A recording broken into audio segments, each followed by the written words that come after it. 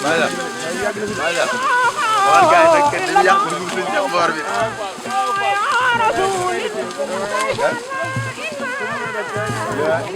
Tàgg rek laa def.